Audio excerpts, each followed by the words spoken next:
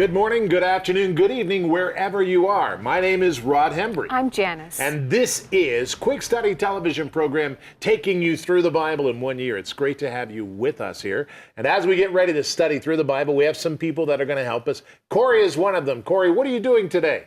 Today we're going to be taking a look at ancient warfare and how it affected the people we read about in the book of Genesis. Excellent, very good. And then what did you study today? Well, we're going to talk about an interesting exchange of money. Very good. Interesting exchange of money. And also somebody who's here who helps us out is Ryan. Ryan, what's up? Well, today we're going to be exploring an alleged contradiction in the book of Genesis. And here's the question. If Adam and Eve were the first humans, then why did God tell them to refill the earth? Very good question, and we've got a lot to study. We've got a lot to work on. Today's study in the teaching segment is the great pain has a way of bringing us to unresolved conflict. So if you're experiencing pain today, you need to ask yourself, is this because of unresolved conflict? We'll talk about that and more coming up a little bit later on. Right now, Corey's getting ready to tell us and teach us through Unburied. Corey?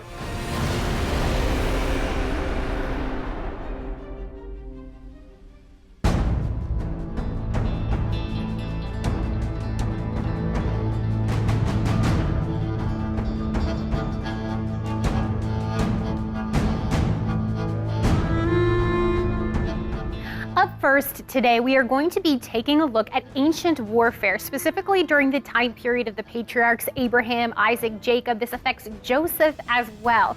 So let's take a look first at this idea of ancient warfare.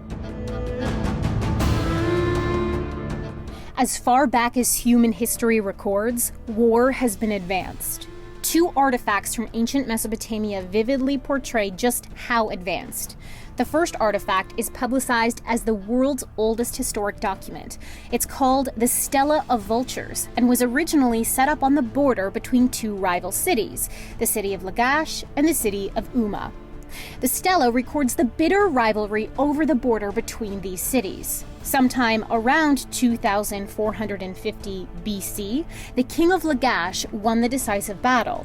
This stela was carved on both sides and placed on the new border to commemorate the victory and act as a warning.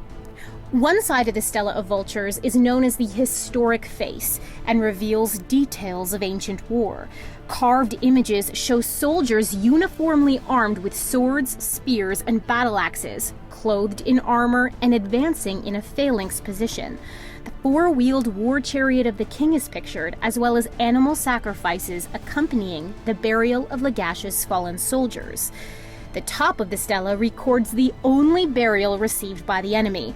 Vultures fly off with their heads. The other side of the Stela of Vultures is known as the mythological side. There's not much surviving, but it appears to portray the spiritual side of the battle. The chief god of Lagash fights alongside the king, giving a divine foundation from which to enforce the newly won border. The second artifact was found in the graveyards of the ancient city of Ur, laying above a buried man's shoulder. It's called the Standard of Ur and dates to the 3rd millennium BC. It's a mosaic with two panels nicknamed War and Peace, demonstrating their subject matter. The war side depicts organized soldiers armed with spears, axes, and war chariots, and prisoners of war bound and naked. With the testimony of these physical remains and the texts of literary sources, it's clear that in the world after the flood, war quickly became established in human culture. Off the top of your head, it might be difficult for you to think of time periods where ancient warfare comes into play in the first book of the Old Testament of the Bible, Genesis. But you know, when you really think about it, there are several places where war and warfare is mentioned. One of the earliest comes from the time period of the Tower of Babel, or just around that time period with Nimrod, where Genesis says Nimrod was a mighty hunter before the Lord. Now, that phrase, mighty hunter, is not a good thing. The ancient Hebrew actually intimates that this is in the face of God. So this pride and this arrogance against God, this anti-God rebel. And many Hebrew scholars have actually insinuated that they believe here from the intimation of the Hebrew that he actually was a hunter of mankind, a murderer, a great warrior king. So not good here. Also, remember that Abraham, when he had to rescue Lot, he actually had trained 300 of his servants in the art of warfare, and they went into battle to rescue Lot. And of course, we have the horrible tale stories of Jacob's sons and their interactions with the men of Shechem. And we're also going to be getting into a lot of warfare as we segue into the history of the Exodus and the narrative of the Hebrews living in Egypt. So a lot more to come on that. This was just a good introduction to the concept of ancient war.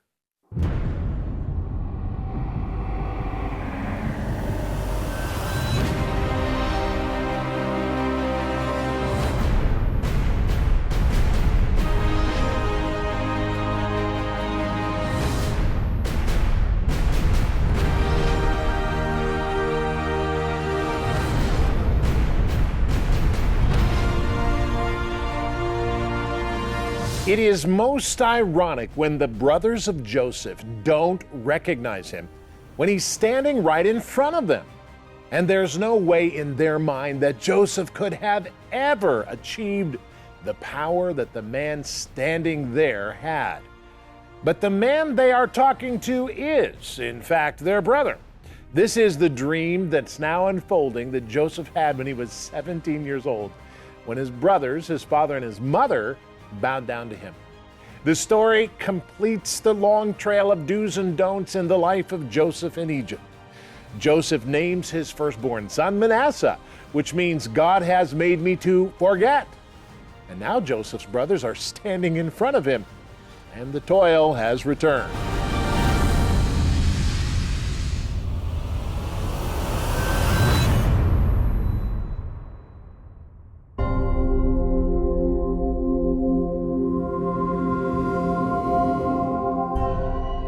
Genesis 42, verses 1 through 13. When Jacob saw that there was grain in Egypt, Jacob said to his sons, "Why do you look at one another?" And he said, "Indeed, I have heard that there is grain in Egypt.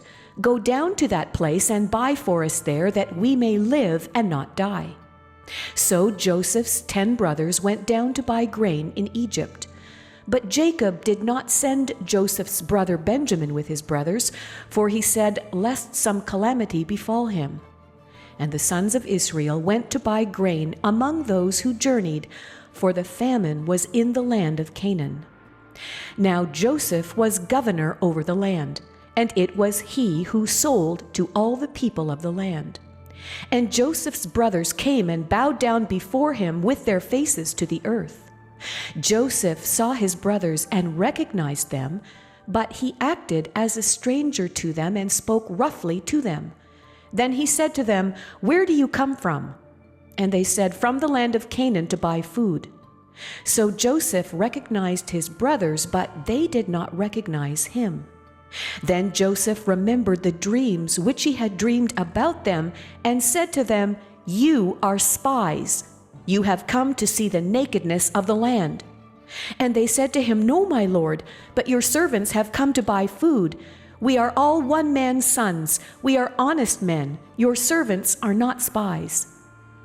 But he said to them, "No, but you have come to see the nakedness of the land." And they said, "Your servants are 12 brothers, the sons of one man in the land of Canaan. And in fact, the youngest is with our father today, and one is no more." Genesis chapter 42, verses 1 through 13.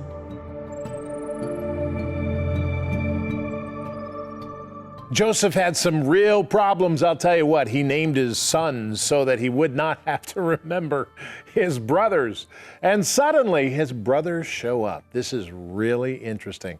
He figured that God had given him these sons so he could just forget about the past. But that's not the case. And God redeems the past in a very interesting way. And that dream he had when he was 17 years old, It happens, it comes to be. This is the time that we are studying today. And our steps of faith are fascinating. In fact, it says this: steps of faith are, who are you? That's the question. Who are they? And we read Genesis chapter 42 to 45, and we are looking at, and by the way, if you read that, you do that so that you can go through the Bible with us.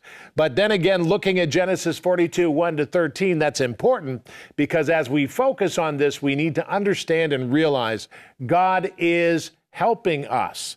Helping us do what? Well, watch this. This is very important. Genesis 42, 1 to 5 says, when Jacob saw that there was grain in Egypt, Jacob said to his sons, why do you look at one another? And he said, indeed, I have heard that there is grain in Egypt. I want you to go down to that place and buy for us there, that we may live and not die. So Joseph's 10 brothers went down to buy grain in Egypt. But Jacob did not send Joseph's brother Benjamin with his brothers, for he said, lest some calamity befall him. And the sons of Israel went to buy grain among those who journeyed for the famine in the land of Canaan. Now, this is absolutely amazing. I want to tell you that great pain brings us to unresolved conflict in our lives as we focus on the future. Great pain brings us to unresolved conflict in our lives as we focus on the future. We must deal with it. This is a really interesting idea. God brings his brothers to Jacob down from Canaan to the land of Egypt. Now, his brothers have no idea. They have no idea that he has attained such amazing stature, second in charge of the country besides Pharaoh himself. They don't anticipate this. And so they see this man, and that's where they're going to go. That's where they're going to bow down to. They don't see that it's Joseph. Joseph apparently looked very different than he did when he was 17. And so we are interested in this whole situation. You know, God brings us to places just because we don't remember. Our brain slows down on us. Doesn't mean that it didn't happen. God keeps in track all of the things that need to be straightened out in our lives. And as we look at that, we need to consider what we're reading. We go on to Genesis 42, 6 and 7. It says, now Joseph was governor over the land, and it was he who sold to all the people of the land. And Joseph's brothers, they came and they bowed down before him with their faces to the earth. Remember that dream he had when he was 17? Joseph saw his brothers and recognized them, but he acted as a stranger to them, and he spoke roughly to them. And then he said to them, where do you come from? And they said, from land of Canaan to buy our food. Now this is absolutely fascinating. God's great confrontation comes to us when God brings hardship. We must resolve it with God. I don't know what Jacob was going through at this moment. I don't understand what he was feeling now. But I realize that this is very important. Jacob understands these are his brothers in front of him, the ones who sold him into slavery so many years ago. And here they are, bowing their faces down to him. Now you begin to gather the context of his dream when he was 17 years old. This is absolutely stunning and amazing. Well, we go back to the scripture, Genesis 48, verses 8 to 13. So Joseph recognized his brothers, but they did not recognize him. Verse 9 says, then Joseph remembered the dream, which he had, the dream about them, and said to them, you are spies. You've come to see the nakedness of the land. And they said to him, no, my lord, but your servants have come to buy food. We are all one man's sons, and we are honest men. Your servants are not spies. But he said to them, no, but you have come to see the nakedness of the land. And they said, your servants are 12 brothers, the sons of one man in the land of Canaan. And in fact, the youngest is with our father today, and one is no more. One is no more. Look at this now. Great revelation is brought to Joseph in the place of what? Power. he realizes that his dream has now come true. His brothers think he's dead. They don't recognize that this man that they're bowing down to, that they're talking with, is actually Joseph. Now, this is absolutely stunning because here Joseph recognizes the past, and he named his sons, that God helps me forget the past. But God is bringing his brothers to him so that they can resolve. And I want to tell you something. The end of this story is very interesting because his brothers, Joseph can't handle it. And Joseph at one point just breaks down and he cries in front of his brothers, and his brothers are shocked. They are totally shocked. They think he's dead, and they realize he's alive. And now his brothers, for the rest of their lives, live in a great fear. What is going to happen to us? Joseph never does anything to his brothers. He takes care of the entire family, and the family grows and becomes a nation. But isn't that interesting? And so here we see that God brings us through confrontation and through great pain. He often brings us to places where we have to resolve things in our past. And just because we can't remember them doesn't mean they didn't happen. Beloved, we must understand God knows everything. His memory is perfect, and he understands what needs to be brought up so that we can forgive and give forgiveness.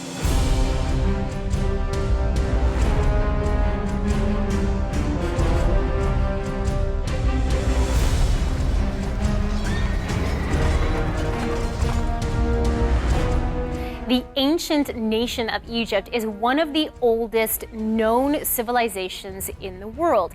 Does the Bible, specifically in the book of Genesis, mention the beginning of the nation of Egypt? Let's find out. Among ancient cultures, there is perhaps none more captivatingly mysterious than ancient Egypt. Its bizarre treasures and eerie hieroglyphs are no easier to translate than its history. But how did this puzzling empire begin? Our ancient sources and the Bible agree. It was founded by a king known as Mitzrayim, Menz, Min, or Narmer, who is said to have unified North and South Egypt. In the Bible, we are told that Mitzrayim is the son of Ham, the son of Noah. After the Tower of Babel, when humanity was forced to separate from one another, Mitzrayim, his 7 sons, and their families settled around the Nile and founded Egypt, or Mitzrayim. Today, Egypt is still locally known as Mitzr, a remnant of Mitzrayim's biblical name. Greek historian Herodotus tells us that Mitzrayim, or Menz, is credited with building the city of Memphis to rule all of Egypt from. But first, he had to reroute the water of the Nile with various dams. The value of its central location outweighed the hassle of its construction. The Nile was diverted, and Memphis was built, along with a lake and a temple to the creator god, who was taught to have spoken the world into being. Mitzrayim is said to have ruled for 64 years before being killed on a hippopotamus hunt. There is another clue to the biblical identification of Mitzrayim. These First Dynasty kings built their tombs out of mud bricks, similar to those that would have built the Tower of Babel. Alongside their tombs, they built boathouses that encased fully assembled boats around 75 feet long. Housed at least 6 miles away from the Nile, historians are at a loss to their significance. But if Mitzrayim was only 3 generations from the flood of Noah, the life-preserving significance of the boats becomes obvious.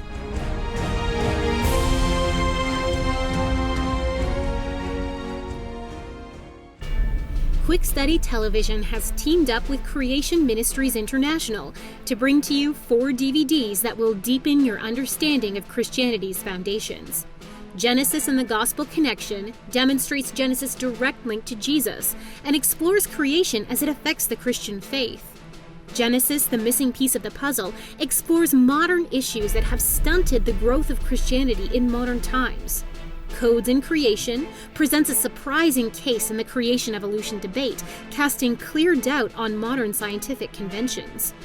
What the Bible and science say about the age of the earth tackles the question of the earth's age, challenging both secular and Christian positions. We are pleased to offer these DVDs individually for a donation of $15 or more per DVD, or order the bundle of all 4 for a donation of $45 or more. Write or call and ask for yours today.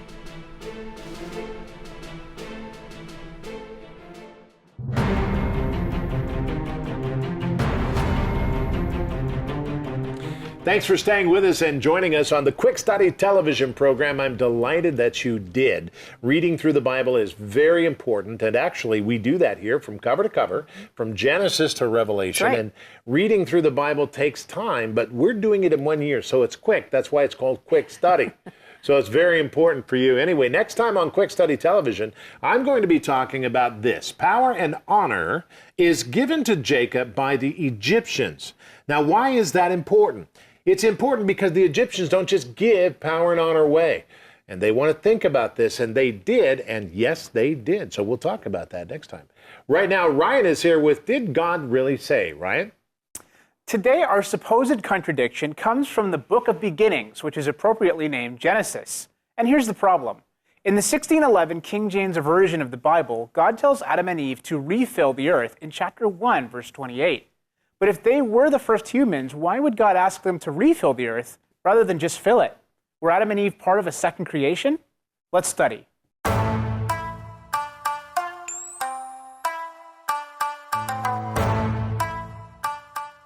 Bible critics accuse the scriptures of containing many mistakes and contradictions. This is a very serious accusation, since if there are truly contradictions and mistakes within its original text, then by definition it cannot be the Word of God, since God cannot lie. But are there really errors and inconsistencies in the Bible? One of these supposed contradictions is found in Genesis 1:28. In the original King James Version, the passage reads, "And God blessed them, and God said unto them, Be fruitful and multiply, and replenish the earth, and subdue it." The charge brought against this particular passage has to do with the word replenish. Why would God tell Adam and Eve to replenish or refill the earth when they were the first humans?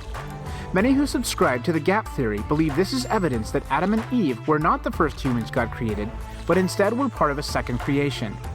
However, the New King James Version of the Bible in this same passage translates the original Hebrew word as fill instead of refill or replenish, which eliminates this issue. But why did the original King James translators use the word replenish? The answer is that at the time of translation in the 17th century, the word replenish simply meant to fill, and expressed such ideas as to stock, fill, supply, or inhabit. In fact, replenish is related to the word replete, meaning to be full with happiness. Additionally, according to the Oxford English Dictionary, it was not until 1612, 1 year after the release of the King James translation, that the word replenish came to mean to fill again. Additionally, the Hebrew word for replenish in this passage is male, which simply means fill. So neither the Hebrew word nor the Old English word replenish meant to fill again.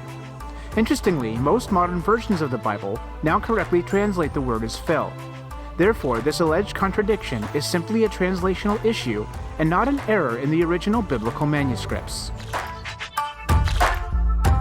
So to review, we can see clearly here that this apparent contradiction is nothing more than a translational issue. The original Hebrew word doesn't mean to fill again, nor did the Old English word refill mean to fill again either. And if that isn't enough, most modern translations appropriately render the word as simply fill. So Adam and Eve were the first humans created, and there is no contradiction. Fascinating. Excellent work, Ryan. Very good work.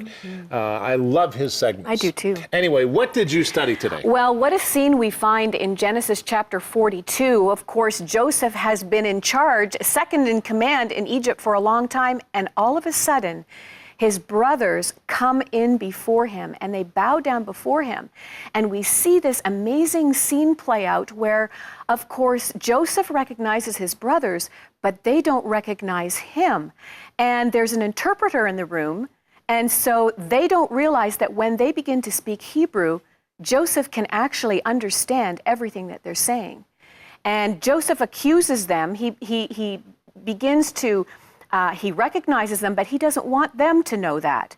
And he begins to accuse them of all kinds of things, and it causes the brothers to have a conversation about the past and what they had done to torment their brother, and now God perhaps was getting back to them. Well, this causes Joseph's heart to really break and understand a part of what he could never understand as a young teenage boy with his brothers.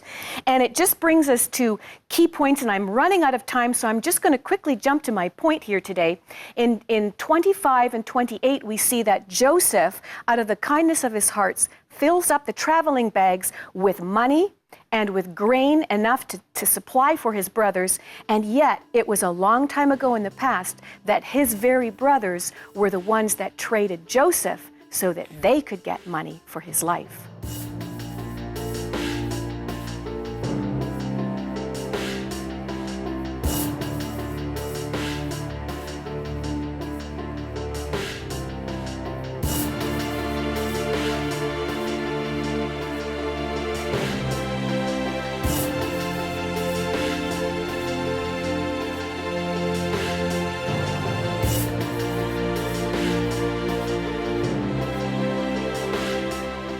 One of the things that God always does in our future is make the reality of our lives come to meaning through His power and grace.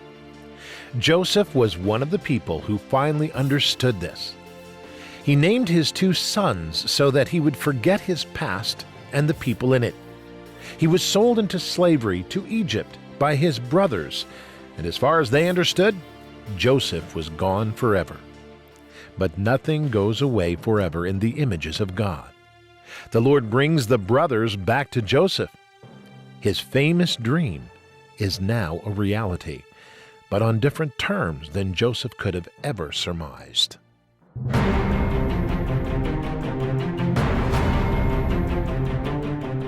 It's important that the last part of this program be dedicated to showing you that Jesus Christ is alive. You've been reading the story of the people who are now going to become Israel. And God came 2,000 years ago through Jesus Christ, and He lived a perfect life, and He was crucified by us and died on the cross and rose again on the 3rd day on His own, seen by over 500 people. Come to Jesus today, pray to Him, and ask Him to change your life.